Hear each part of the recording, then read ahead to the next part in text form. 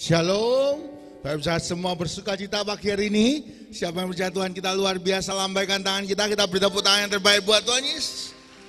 Bapak Ibu saudara, saya kemarin terima telepon dari Bapak Agus Gunawan dari Pandaan. Bapak Ibu saudara, beliau mohon maaf kepada Bapak Ibu Gembala, juga kita semua, karena kesehatan mertuanya lagi drop dan beliau harus mengantarkan ke rumah sakit.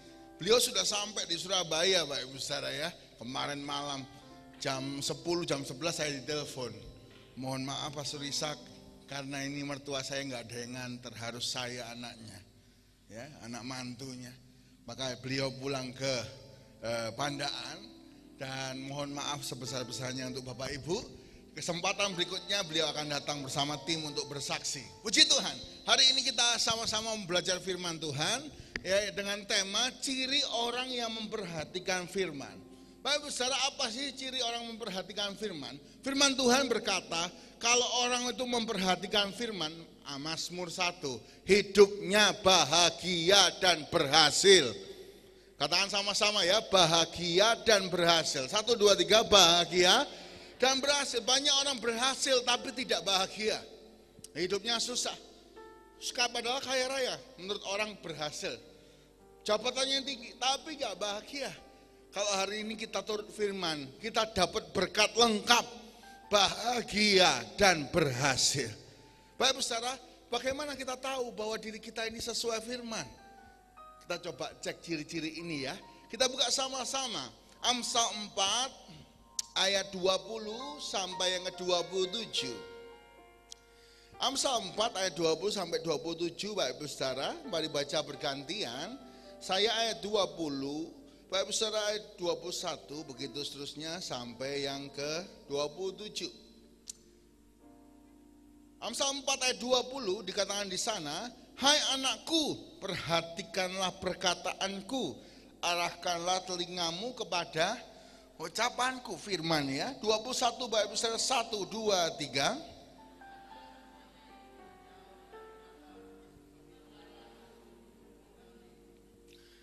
22, karena itulah yang menjadi kehidupan bagi mereka yang mendapatkannya dan kesembuhan bagi seluruh tubuh mereka. Jadi kalau hari ini kita menuruti firman, kita punya kehidupan dan kesembuhan. Ya, lanjut Bapak Ibu saudara, 23, 1, 2, 3.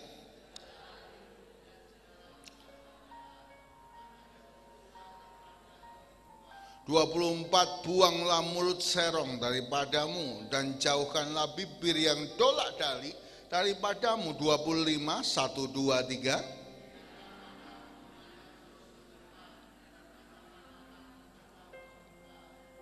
26, tempuhlah jalan yang rata dan hendaklah tetap segala jalanmu. 27 sama-sama, 1, 2, 3. Janganlah menyimpang ke kanan atau ke kiri. Jauhkanlah kakimu dari kejahatan. Amin Bapak Ibu saudara. Hari ini ada 3 ciri-ciri orang memperhatikan firman. Adakah dalam hidup kita, Bapak Ibu saudara dan saya, kita punya ciri-ciri ini? Ya, yang pertama, orang yang memperhatikan firman itu menjaga hati. Ya, boleh catat Bapak Ibu saudara. Yang pertama, orang kalau perhatikan firman, ia menjaga hatinya sendiri. Bapak Ibu saudara, saya mau katakan hari ini ada 1001 macam cara atau alasan kita ini bisa sakit hati. Ada aja perkataan orang, tindakan orang ya. Kamu mau jaga perasaanku dengan firman Tuhan hari ini. Tugas menjaga hati itu tugas siapa Bapak Ibu saudara? Diri kita. Saat kita menjaga hati kita sendiri sesuai firman Tuhan, kita gak mau sakit hati, kita gak mau iri hati, kita gak mau tinggi hati. Hidup kita berbahagia dan berhasil. Banyak orang tidak bisa berhasil karena hatinya tidak dia jaga. Banyak orang tidak bisa bahagia karena hatinya dia tidak jaga. Karena itu hari ini yang pertama, orang perhatikan firman, menjaga, tepuk dadanya sama-sama, menjaga hati. 1, 2, 3, menjaga hati. Hari ini bagaimana keadaan hati kita? Bapak Ibu saudara, 3 virus hati. Ada 3 ya. Satu namanya sakit hati atau kepahitan. Yang kedua namanya iri hati. Dan yang ketiga namanya tinggi hati. Saya bahas sedikit Bapak Ibu Saudara. Yang pertama sakit hati. Keputusan untuk sakit hati itu ada di kita. Contoh siapa Bapak Ibu Saudara? Daud. Daud ini punya 1000 macam alasan untuk sakit hati. Bayangkan papanya pesta, nyambut Nabi Samuel. Nabi Samuel cari raja. Daud gak diundang. Bapak Ibu Saudara, kita gak diundang teman kita ulang tahun, kita bisa sakit hati ya. Ini bapak sendiri gak undang. Tapi Daud memilih tidak sakit hati. Bapak Ibu Saudara, mertuanya Saul benci sama dia, mau bunuh dia. Daud punya alasan sakit hati sama mertuanya. Daud cinta anak pertamanya Saul, dikasihkan orang lain.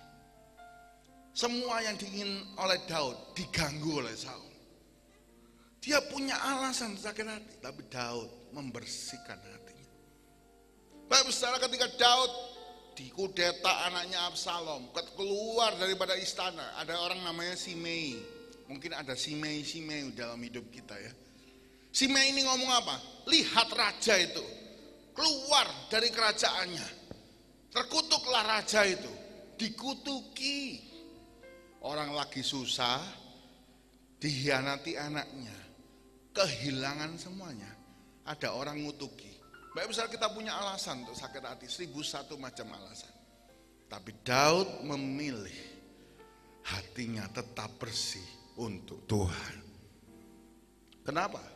Karena dia tahu hati ini pusat kehidupan. Dia berkata kepada Tuhan, ini hatiku Tuhan.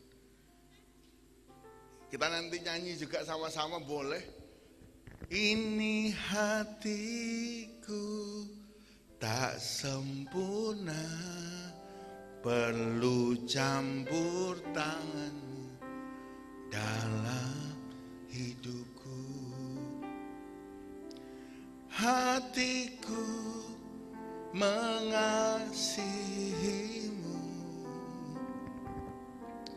hatiku mengasihimu, hatiku ingin mengenalmu, ingin mengertimu. Tuhan, kau lihat. Jangan-jangan hati kita penuh sampah, Bapak Ibu Saudara. Kita mengasihi Tuhan dengan hati yang sudah penuh sampah. Daud tak mau. Aku mengasihi Tuhan dengan hatiku yang murni. Semua orang ini boleh datang dan pergi. Tugas menjaga hati itu tugas kita sendiri. Orang boleh ngomong apa, nggak enak, wah sudahlah Pak. Itu tugas menjaga hati, jaga hati kita sendiri. Pak Saudara, Yusuf itu punya 1001 macam alasan dia sakit hati sama saudaranya. Yang pertama, saudaranya ngolok-ngolok mimpinya. Oh nggak enak Pak Saudara, mimpi kita diolok-olok, itu nggak enak. Yang kedua, saudara-saudaranya memukuli dia, masukkan ke sumur yang kering. Yang ketiga, menjual dia dari anak kesayangan jadi budak. Orang beli itu harusnya sudah pasti sakit hati. Yusuf punya kesempatan balas ya. Waktu dia jadi pemimpin di Mesir, saudara-saudaranya kurang makan. Ketika bapaknya mati, saudaranya minta ampun, sujud sama dia. Tolong ampuni kami, itu pesan bapak, itu dibuat sama mereka. Kenapa? Karena mereka takut gak dikasih makan sama keluarganya. Tahu apa kata Yusuf? Kamu mereka-rekakan yang jahat, tapi Tuhan mengubahnya untuk mendatangkan kebaikan, memelihara satu bangsa yang besar. Tahu Bapak Saudara apa yang dilakukan Yusuf? Memelihara saudaranya, istrinya, anaknya, semuanya dipelihara sama Yusuf. Yusuf memilih tidak sakit hati. Karena itu Yusuf berhasil dan bahagia. Hari ini coba cek hati kita. Sudahkah kita memilih untuk tidak sakit hati? perkataan orang yang banyak, nggak enak, dihianati. Kita sendiri yang harus pilih, jangan sakit hati. Coba kanan kiri katakan, jangan sakit hati. Ya, kalau lagi sakit hati kita tahu tepuk, jangan sakit hati. Ya, supaya bahagia dan berhasil. Doa kami Bapak Ibu Saudara ya, gembala Anda, Bapak Ibu Saudara bahagia, berhasil, beruntung, diberkati Tuhan. Beri tepuk tangan yang terbaik buat Tuhan Yesus. Yang kedua Bapak Ibu Saudara, penyakit hati yang kedua adalah iri hati. Bapak Ibu Saudara, kenapa orang seringkali iri? Karena hidupnya dibanding-bandingke. Kalau bahasa sekarang lagi rame ya, ojo dibanding-bandingke kan ya. Banyak orang membandingkan hidupnya sama orang lain. Takaran suksesnya itu kalau bisa ngalahkan orang lain. Saya mau katakan hari ini Bapak Ibu Saudara, supaya kita tidak iri hati. Kita bukan bertanding sama orang lain, karena startnya pasti beda. Bayangkan saya harus bertanding sama pangeran Inggris. Ataupun satu daerah, tapi modalnya sudah banyak. Bapak Ibu Saudara mungkin bertanding toko sama orang yang dari dulu kaya. Kesuksesan kita, lomba kita jangan kepada orang lain. Fokus sama bagian kita. Bapak Ibu Saudara, apa bagian kita? Kita harus lebih baik daripada diri kita yang kemarin. Ini, Bapak Ibu Saudara, kalau kita bandingkan ke sebelah, kita pasti iri, kita pasti dengki, kita pasti berusaha menjatuhkan sebelah. Kalau bisa orang ini hancur supaya aku naik. Ya, Bapak Ibu Saudara, tapi kita harus lombanya apa? Tuhan nggak minta kita lebih daripada orang lain. Tuhan minta kita lebih daripada diri kita yang kemarin. Mungkin kita kemarin malas. Hari ini harus lebih rajin. Mungkin kemarin kita suka dosa, ya. Yang lain kita harus bertobat supaya hidup kita bahagia. Bapak Ibu Saudara, Albert Einstein, satu kali Albert Einstein ini ngomong sama murid-muridnya, jika kamu menilai bebek dari caranya manjat pohon, maka selama hidupnya bebek ini bodoh. Nggak bisa manjat pohon. Ya. Demikian setiap orang punya kelebihannya masing-masing. Ada orang yang ditugaskan untuk jago di belakang meja, nggak pinter ngomong, tapi pinter untuk administrasi. Ya jangan disuruh ngomong, Mbak. Ada orang yang pinter ngomong, nggak pinter administrasi, ya disuruh ngomong. Banyak pekerjaan jadi ngobrol ya. Di radio, MC, ya kan? Bapak Ibu Saudara, ada orang pintar dagang, sales, luar biasa sales. Ada yang nggak bisa. Karena itu kita bertanding kepada diri kita yang kemarin. Mungkin sales kita kemarin jelek, hari ini kita semakin baik salesnya. Ya. Mungkin kita kemarin bangun brand yang kurang baik, kita bangun brand yang lebih baik. Kita bertanding sama siapa Bapak Ibu Saudara? Diri kita yang kenapa? Karena start dan finish setiap orang itu berbeda. Start dan finish kita beda-beda. Ada orang startnya udah kaya raya, finishnya harus 10 kali lebih kaya. Kita startnya mungkin biasa-biasa, finishnya juga berbeda. Karena itu kita bukan bertanding kepada sebelah, tapi kita memenuhi apa yang Tuhan mau dalam hidup kita. Yang terbaik. Jadilah versi terbaik diri kita Bapak Ibu Saudara. Jadilah bapak-bapak yang baik, ibu-ibu yang terbaik, yang kita bisa. Mungkin gak sempurna, tapi yang terbaik. Jadi anak-anak yang terbaik, yang kita bisa. Tuhan gak pernah minta sempurna, karena kita memang gak sempurna. Tapi kita harus memberi yang terbaik. Yang mau katakan amin. Ya, yang mau katakan yes, boleh angkat tangannya ya. Yes, 1, 2, 3. Yes. Bapak Ibu Saudara, kita berkata, sempurnalah kamu seperti Bapakmu di sorga adalah sempurna. Bapak Ibu Saudara, kata itu dipakai adalah seketika kita berusaha untuk sempurna. Tuhan menilai usaha kita untuk jadi versi terbaik. Tapi kalau kata-kata itu dicematkan kepada kita, nggak akan pernah kita sesempurna Tuhan kan. Kita harus berusaha jadi versi yang terbaik. Jangan iri. Satu kali Bapak Ibu Saudara di sebuah kerajaan ada suami dan istri. Mereka ini punya satu-satu anak, duda dan janda, karena pasangan mereka meninggal. Lalu mereka menikah. Mereka menikah, jadilah anaknya suami sebagai Koko dan anaknya istri sebagai Titi, gitu kan ya. Mereka beda ibu kan ya. Lalu satu kali raja itu mengadakan sayembara. Karena raja sakit, ia perlu labu kembar. Jadi ada ya Bapak Ibu Saudara ya, labu itu khusus yang kembar. Jadi tumbuhnya kembar, itu yang bisa sembuhkan. Kata tabib kerajaan. Ternyata karena Koko ini suka untuk menanam, dia menemukan tumbuhannya labu kembar. Wah, dia mau berangkat ke istana, dia mau tukar labu kembar dengan sayembara yang besar, duit yang banyak. Lalu ibunya ngomong sama titinya, "Ti, ini tak kasih 2 kue, satu yang ada bunganya atasnya, satu yang polos. Yang ada bunganya kasihkan Kokomu yang mau berangkat. Itu isinya racun. Biar Kokomu mati." "Lu jangan lo Ma." "Enggak, biarin aja. Biar labu kembar kamu yang bawa, kamu yang beruntung. Yang polos buat kamu, itu roti biasa." "Loh Ma, tapi udah wes, jangan banyak ngomong, maju." Dia dibawa ya, roti 2 ke depan mau dikasihkan Kokonya. Apa yang terjadi? Kokonya ngomong, "Ti, tungguin ya, nanti aku balik dari kerajaan, kamu minta apa tak belikan ya.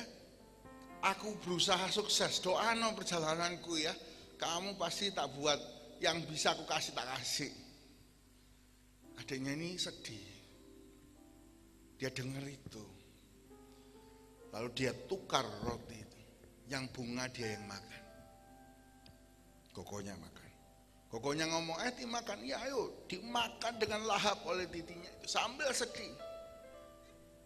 Lalu pergi Kokonya, berangkat ke istana. Dia nangis, dia kembali ke mamanya, dia peluk mamanya. "Ma, sorry ya Ma, aku bakal mati karena yang kembang tak makan. Aku sayang sama Kokoku, biar dia sukses, nanti terimaan Koko sebagai anaknya Mama." Dipeluk mamanya.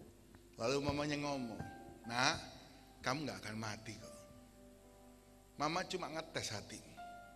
Apakah kamu iri sama Kokomu yang beruntung sehingga kamu menjatuhkan? Ternyata hatimu baik, kamu pun pasti diberkati."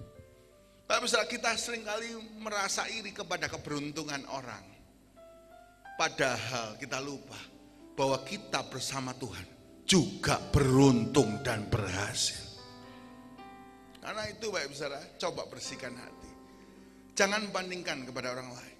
Jalan kita masing-masing beda. Saat kita berjalan bersama Tuhan, kita berhasil, bahagia, dan beruntung. Beri tepuk tangan yang terbaik buat Tuhan Yesus. Bapak Ibu Saudara, seringkali kita mau pindah track. Kalau orang iri pasti menyakiti. Saul dikatakan membunuh beribu-ribu, Daud berlaksa-laksa.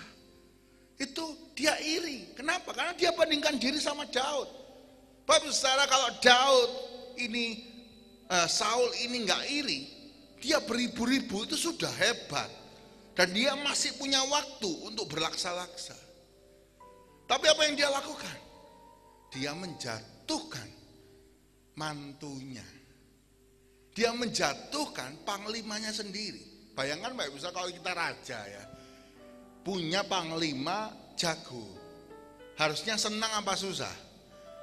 Ya, kalau kita tahu kita ini raja yang hebat, ini senang. Kalau kita bos, punya sales yang luar biasa, harusnya kita senang. Ya, dengan koridor yang dibuat, senang. Tapi kalau kita iri, kita akan menghancurkan orang ini. Daud dihancurkan, berusaha dihancurkan. Karena itu Saul semakin hancur. Tapi saudara, ternyata iri hati itu menghancurkannya. Saul hancur begitu rupa karena dia menghancurkan orang lain. Jangan menghancurkan orang lain. Ayo kita sama-sama bertumbuh Di pelayanan Bapak Ibu Saudara, aneh ya tapi nyata. Di pelayanan banyak orang sikut-sikutan. Oh kok dia terus yang disuruh doa.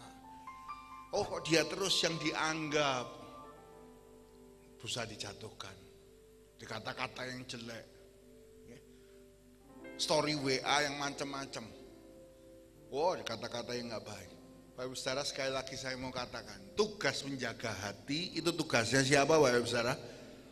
Tugas kita sendiri, bukan tugasnya teman kita, bukan tugasnya orang tua kita, bukan tugasnya anak kita. Menjaga hati, itu tugas kita. Mau orang maki-maki lah, mau orang jahati kita, ketika kita milih untuk tidak sakit hati, kita hatinya bersih dan diberkati. Yang ketiga penyakit hati, ya, sakit hati, iri hati. Yang ketiga adalah tinggi hati, ya. Ini lawannya iri, Pak Ibu Saudara. Kalau kita posisinya bandingkan orang lain, kita lebih tinggi, wah kita bisa sombong. Ah, kamu nggak sekaya aku kok, kamu nggak sesukses aku. Ingat firman Tuhan, kesombongan mendahului kehancuran. Hancur, banyak orang hancur ya. Titanic kita sudah dengar. Bahkan Tuhan nggak bisa menenggelamkan kapal ini. Pertama berangkat tenggelam. Marilyn Monroe sudah saya sampaikan. Presiden Brasil, Pak Ibu Saudara, ketika dia ngomong election ya, pemilu. Kita doakan pemilu 2024, Pak Ibu Saudara. Yang dari Tuhan saja yang jadi pemimpin ya. Wow, ketika pemilu berhasil, calon presiden ngomong ya, Trasido namanya. Trasido Neves. Dia ngomong, kalau aku dapat 500.000 suara, bahkan Tuhan tidak bisa ngalangi aku jadi presiden. Oh, sombong Pak Ibu Saudara. Dia dapat 500.000 suara. Besok pelantikan, hari ini meninggal. Ternyata Tuhan mampu membuat dia nggak naik jadi presiden. Pak Ibu Saudara, tanpa Tuhan kita bukan siapa-siapa. Tetapi kalau kita sombong, Tuhan adalah lawan kita. Hari jaga hati ya. Orang kalau dengar firman dilakukan, hatinya pasti bersih. Katakan sama-sama, pasti bersih. Yes. Yang kedua Pak Ibu Saudara, apa ciri-ciri orang memperhatikan firman? Yang kedua, di ayat yang ke-24, kalau tadi ayat 23, jagalah hatimu dengan skala kewaspadaan. Ayat 24, saya bacakan buat Pak Ibu Saudara. Amsal 4 ayat 24, dikatakan di sana, buanglah mulut serong daripadamu, dan jauhkanlah bibir yang dolak-dalik. Bapak Ibu Saudara, kedua ciri-ciri orang yang memperhatikan firman, menjaga mulut dan lidah. Ingat Bapak Ibu Saudara, ketika Yesaya ketemu Tuhan, dia ngomong, loh aku mati nih, aku najis bibir, pasti aku mati. Apa kata Tuhan? Tenang Yesaya, malaikat akan mengambil bara api, menyucukkan di mulutmu, kamu disucikan. Yang disucikan pertama apa Bapak Ibu Saudara? Mulut. Orang kalau berubah pertama perkataannya. Dulu suka maki-maki, dikit-dikit kebun binatang, yang kebo lah, katakan bodoh. Wah, ya. Satu kali istri ngomong, papa ini memang bodoh. Suaminya nggak mau kalah. Kamu bodoh dewek, kayak kebo. Wah, ditambah ya Pak Ibu Saudara ya. Wah, gajar-gajaran perkataan. Kita seringkali nggak bisa kontrol perkataan. Orang kalau berubah itu dari perkataannya. Ketika murid-murid ini dipenuhi Roh Kudus, mereka apa yang diubah pertama? Perkataan. Di atas mereka ada lidah-lidah api. Mereka ngomong bahasa lain. Supaya apa? Bersaksi. Ketika menemui ini dikasih lidah-lidah api, Petrus yang dari pengecut, pengkhianat, berubah jadi pemberani, jadi pengkhotbah. 3.000 orang diselamatkan, berubah perkataannya. Hari ini perkataan kita sudah berubah Pak. Apakah belum Pak? Masih kata-kata kotor, masih omongan-omongan yang kotor, masih membicarakan orang lain, gosip. Sudahkah kita berubah perkataan kita? Atau masih maki-maki orang? Sekarang bukan cuma perkataan lisan, tapi tulisan ya, ngechat. Wah, kalau maki-maki luar biasa, Pak Ibu. Orang yang perhatikan firman itu pasti menjaga perkataan. Bapak bisa saya baca berita ya. Satu kali ketika beberapa tahun yang lalu ketika salah satu menteri yang terkenal itu posisinya goyah, wah ada salah. Istri dari seorang prajurit ngetik di Facebook, bapak itu loh apa salah, itu semua salah yang dikatakan, banyak salahnya. Bapak itu bodoh gini-gini, ngetik di Facebook. Apa yang terjadi Bapak Ibu Saudara? Di screenshot masuk UITE, suaminya yang posisinya tinggi dicopot 3 orang karena perkataan istrinya di Facebook. Suaminya yang berjuang untuk posisinya tinggi dicopot. Nasibnya susah, nggak berhasil dan nggak bahagia. Bapak Ibu Saudara, kalau kita mau perkataan kita ini, hidup kita ini bahagia dan berhasil, kita harus menjaga perkataan. Berapa banyak bos-bos toko itu kalau ngomong kuaser Bapak Ibu Saudara. Kon iki memang jadi posisi gini, memang kayak gini gara-gara memang goblok. Waduh Bapak Ibu Saudara, ngomongnya gitu kuaser. Saya dengerin aja, waduh. Hati-hati kalau ngomong ya. Siapa tahu orang ada masalah di rumah udah digituin, waduh. Gak peduli Bapak Ibu Saudara, bacok-bacok, tusuk-tusuk pasti. Berapa banyak bos-bos kaya raya tapi ujungnya nasibnya hancur karena ngomong sembarangan. Ayo jaga perkataan. Hari ini saya berdoa, Bapak Ibu Saudara, ketika kita berkata berkat, kita pun diberkati. Kalau kita berkata kasar, kotor, kita pun jadi kotor. Jangan kaget kalau kita dihina orang. Karena itu berkatalah berkat. Coba kita praktek ya. Katakan kepada kanan Anda, kamu ganteng, cantik hari ini. Wah. Ngomong ya, Ci, baju baru ya Ci ya. Ciami Ci, iyalah, toko di mana? Gitu ya. Atau tasnya baru, dipuji Pak Ustaz. Dan ditutup dengan kamu diberkati Tuhan. Ya, coba praktek ya. 1, 2, 3, kamu. Kalau suami istri keluarga tambah ngomong, papa ini diberkati Tuhan, mama ini diberkati Tuhan, Sinyo diberkati Tuhan, Noni diberkati Tuhan. Gitu ya. Pak Saudara, kita harus ngomong berkat. Harus ngomong berkat. Ubah perkataan kita. Satu kali Pak Saudara, ada seorang istri yang suaminya jahat sekali ya bagi dia. Gak kerja, ngomongnya kasar, maki-maki istri, KDRT. Istrinya sedih. Apa yang dia lakukan? Ketika suaminya tidur, bukan dipisui Pak Saudara ya. Suami apa? Bukan. Dia doa. Tuhan, terima kasih untuk suamiku. Suamiku ini suami yang baik. Suami yang gak kasar. Suami yang dipakai Tuhan untuk jadi berkat buat orang ini. Aku bersyukur untuk suamiku. Besok lagi, Tuhan, aku bersyukur untuk suamiku. Suamiku baik. Suamiku ini rajin. Suamiku ini pasti diberkati Tuhan. Dengar doa ini. Suaminya ngelilir ya Pak Besar. Dengar. Aduh, aku didoakan rajin. Belum berubah, masih sekali.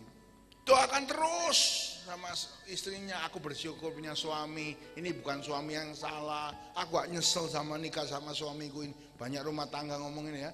Aku nyesel nikah sama kamu. Nah ini awal mula pertempuran besar. Ya, aku gak nyesel. Sebulan berlalu tiba-tiba suaminya ini bekerja.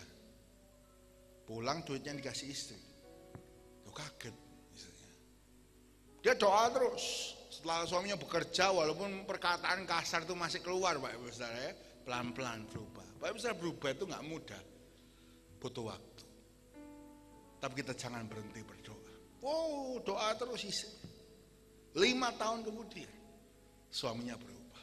Ditanya, kenapa kok berubah? Iya, istriku doakan aku setiap malam. Aku tahu umurku gak panjang kok. Karena itu sekarang sampai besok mati aku mau jadi berkat. Waduh Pak Ibu Saudara. Boleh beri tepuk tangan buat Tuhan Yesus. Karena itu perkataan kita harus memberkati ya. Tapi misalnya di rumah tangga itu banyak perkataan yang nggak perlu. Wah kasar, semakin kasar-kasar.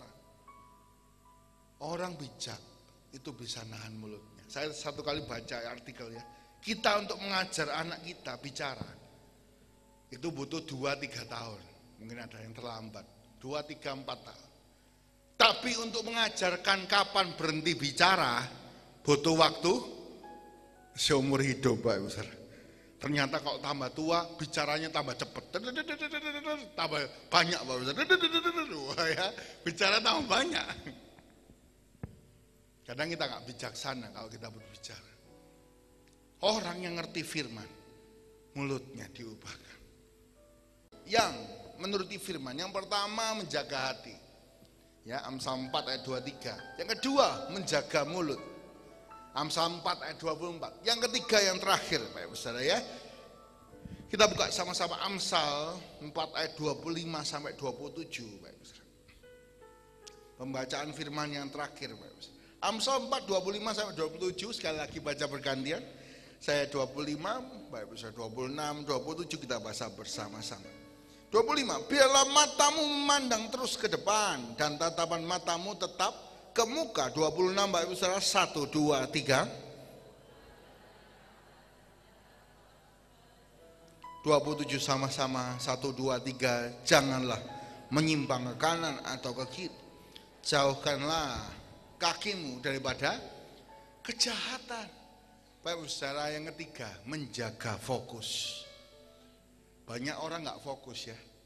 Hidupnya fokusnya pertama memang mengasihi Tuhan. Lama-lama geser fokusnya. Pengen kaya, pengen sukses, pengen berhasil dengan segala cara. Salah fokus. Pak Ibu Saudara, salah fokus itu adalah hal yang paling fatal yang bisa terjadi dalam hidup kita.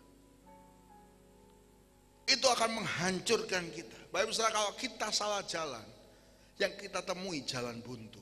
Contohnya siapa? Contohnya Saul. Pak Ibu Saudara, ketika Saul ini iri ya, lalu dia pengen pikirannya menguasai kerajaan. Fokusnya bukan menyenangkan Tuhan, tapi menguasai kerajaan. Aku harus sukses, aku harus kaya, aku harus jadi menguasai kerajaan. Apa yang dia lakukan? Dia menyenangkan rakyat. Berusaha menyenangkan rakyat. Dia pergi ke dukun. Ya apa nasibku? Nasibku ya apa? Kata dukunnya, mengeluarkan roh Samuel. Kamu akan kalah perang dan kamu akan mati. Pak Ibu Saudara, apa ujung hidup Saul? Ketika dia menyimpang, jalan buntu. Dia kalah, dia sendirian sama bujangnya. Dia tahu ini jalan buntu. Dia bunuh diri. Pak Ibu Saudara, kalau kita menyimpang dari Tuhan, jalan kita bukan jalan yang baik. Kita akan kalah dan mati. Saya kasih contoh Pak Ibu Saudara. Salah satunya ada konglomerat di Taiwan. Ini ngomong tentang fokus ya, mata kita ya. Konglomerat di Taiwan itu kaya raya luar biasa. Satu kali dia main handphone, Pak Ibu Saudara. Ini pesan ya, penting ya. Pak Ibu Saudara, dia main handphone, lalu dia mau naik tangga berjalan, alias eskalator ya. Dia main handphone, dia jalan masuk ke tangga. Sudah 1 langkah benar, 2 langkah benar, langkah ketiga kepleset Pak Ibu Saudara. Ketika dia kepleset, dia terbanting, tangga itu jalan terus. Dia terguling-guling, usia 60 tahun. Orang lari-lari mau bantu, ditekan, terlambat. Beliau sudah meninggal karena kegerotak, dihantam beberapa kali di ujung tangga itu. Boleh di search Pak Ibu Saudara ya, konglomerat Taiwan. Karena gagal fokus. Dia fokus matanya ke HP, bukan kepada jalannya. Betapa pentingnya kita ini fokus. Apa tujuan hidup kita? Jangan-jangan tujuan hidup kita cuma fana, pengen kaya. Lalu kita nggak bawa apa-apa ke surga. Tujuan kita mungkin pengen jaya, ngalahkan sebelah. Karena kita iri kepada sebelah. Ternyata tujuannya cuma fana, menang, kosong. Apa tujuan hidup kita? Ayo kembali luruskan jalan kita. Tujuan kita menyenangkan hati Tuhan. Semua ini fana, Pak. Kadang kita kepingin sesuatu, pas kita ambil, kok biasa-biasa saja. Pernah nggak Pak, bisa kepingin makan bakso gitu ya? Oh, bakso Bapak itu enak. Ketika kita makan, ya seneng, tapi biasa-biasa saja. Dalam hidup ini seringkali banyak yang mengecewakan. Tapi kalau kita menyenangkan hati Tuhan, tidak pernah mengecewakan. Disitulah jalan kita menuju rembang tengah hari. Kita akan mencapai puncak. Ingat firman Tuhan hari ini ya, Mazmur 1. Orang kalau nuruti firman, bukan cuma berhasil, tapi bahagia. Kita bisa melihat keluarga kita bahagia. Kita bisa melihat anak dari anak kita. Itu siapa Pak Saudara? Cucu, bahkan anaknya lagi. Itu bahagia. Panjang umur dan berbahagia. Beri tepuk tangan yang terbaik buat Tuhan. Karena itu fokuskan kita kepada Tuhan. Sebagai penutup Bapak Ibu Saudara, Petrus ketika berjalan di atas air, dia nginjak air nggak jatuh Bapak Ibu Saudara. Dia keluarkan 2 kaki, dia nggak jatuh. Dia lihat Tuhan. Begitu dirasanya angin dan ombak, dia artinya lihat kanan kiri kan, dia mulai tenggelam. Bapak Ibu Saudara, ketika kita mau lihat mujizat, lihat Tuhan saja. Kalau lihat kanan kiri, oh gak mungkin kamu doa dijawab. Ngapain ke gereja pelayanan, untuk apa? Kesel-kesel. Time is money, time is hobby, time is family. Wes gak usah pelayanan. Kita lihat kanan kiri, terus kita ikut. Kita akan tenggelam seperti Petrus. Tetapi ketika kita fokus kepada Tuhan, kita akan berjalan di atas air, di atas kemustahilan. Kerjaan kita diberkati, kita nggak tahu dari mana. Doa kita dijawab, kita seperti nangis, Tuhan terima kasih doaku dijawab. Orang lain nggak boleh nggak percaya, tapi aku lihat sini tanganmu bekerja. Mari Bapak Ibu Saudara, hari ini kita fokus kembali. Apa tujuan hidup kita? Pengen terkenal? Pengen kaya? Pengen sukses seperti apa? Saya berdoa kita bukan cuma berhasil. Saat kita bersama Tuhan, kita berhasil dan beruntung. Tuhan berkati kita semua. 3 hal menjaga hati. Baik saudara, 3 hal yang menunjukkan kita memperhatikan firman. Yang pertama menjaga hati, menjaga lisan, dan menjaga fokus kita.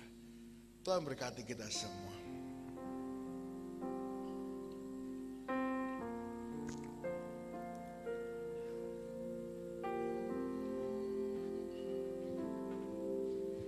Terima kasih.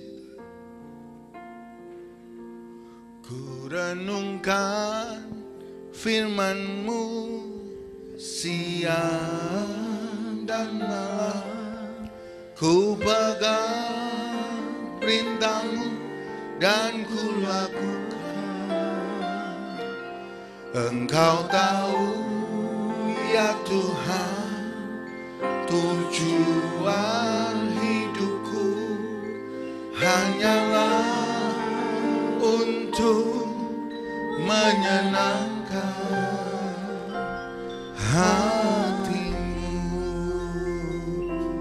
Aku mengasihi, aku mengasihi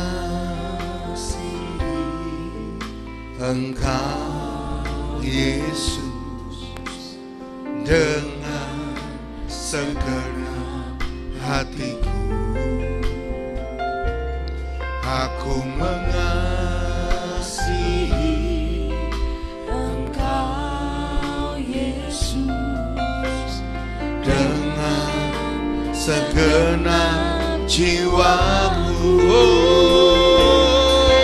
Renungkan firman-Mu siang dan malam, ku pegang perintah-Mu dan ku lakukan. Engkau tahu ya Tuhan, tujuan hidupku hanyalah untuk renungkan firman-Mu, siang dan malam ku pegang perintah-Mu dan ku lakukan. Engkau tahu ya Tuhan, tujuan hidupku hanyalah. Mari sama-sama kita berdiri bangsa, nyanyi lebih sungguh lagi. Ku renungkan firman-Mu, siang dan malam ku pegang perintah-Mu dan ku lakukan. Engkau tahu ya Tuhan, tujuan hidupku hanyalah untuk menyenangkan hati-Mu. Roma 11 ayat 36. Oleh Dia, bagi Dia segala kemuliaan. Untuk apa kita sukses? Saya berdoa Bapak Ibu Saudara berhasil dan beruntung, bahagia. Kapan? Waktu kita berhasil untuk kemuliaan Tuhan. Untuk apa kita bangun keluarga? Kita menikah. Tujuannya untuk memuliakan Tuhan. Pencipta Adam dan Hawa, pencipta rumah tangga. Karena itu kita menikah untuk tujuannya bahagia memuliakan Tuhan. Untuk apa kita punya anak? Tujuannya apa? Menjadi hambanya. Karena itu jangan kita ajarkan yang lain. Oh, kamu harus sukses supaya papa bangga saja. Tapi supaya kamu bisa jadi berkat untuk kemuliaan Tuhan. Kenapa kita bergereja pagi ini? Bukan untuk teman kita, bukan untuk rutinitas kita. Tapi kita bergereja pagi ini untuk menyenangkan Tuhan. Kita bertumbuh semakin mengasihi. Mari kita fokus kembali kepada Tuhan. Ku renungkan firman-Mu, siang dan malam ku pegang perintah-Mu dan ku lakukan. Engkau tahu ya Tuhan, Engkau tahu ya Tuhan, perjuangan kami untuk hidup benar Tuhan, Engkau tahu. Kami ingin mengasihi-Mu lebih lagi Tuhan. Untuk sekali lagi ku renungkan.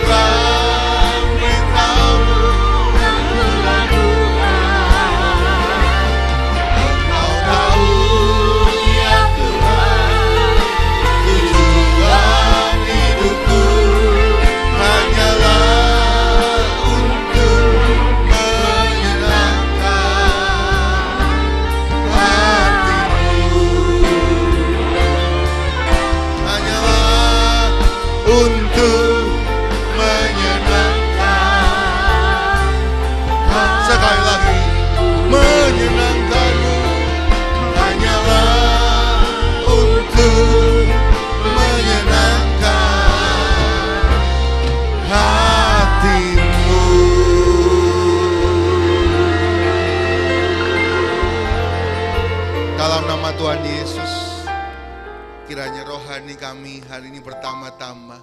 Mungkin ada yang tertegur, mungkin ada yang dinasihati, dikuatkan. Biarlah kami kembali tujuan hidup kami, menyenangkan-Mu Tuhan. Biarlah kami menjaga hati kami, menjaga lisan perkataan kami, dan menjaga jalan kami. Berkati seluruh jemaat-Mu Tuhan. Hamba berdoa, apa saja yang mereka kerjakan dibuat Tuhan berhasil.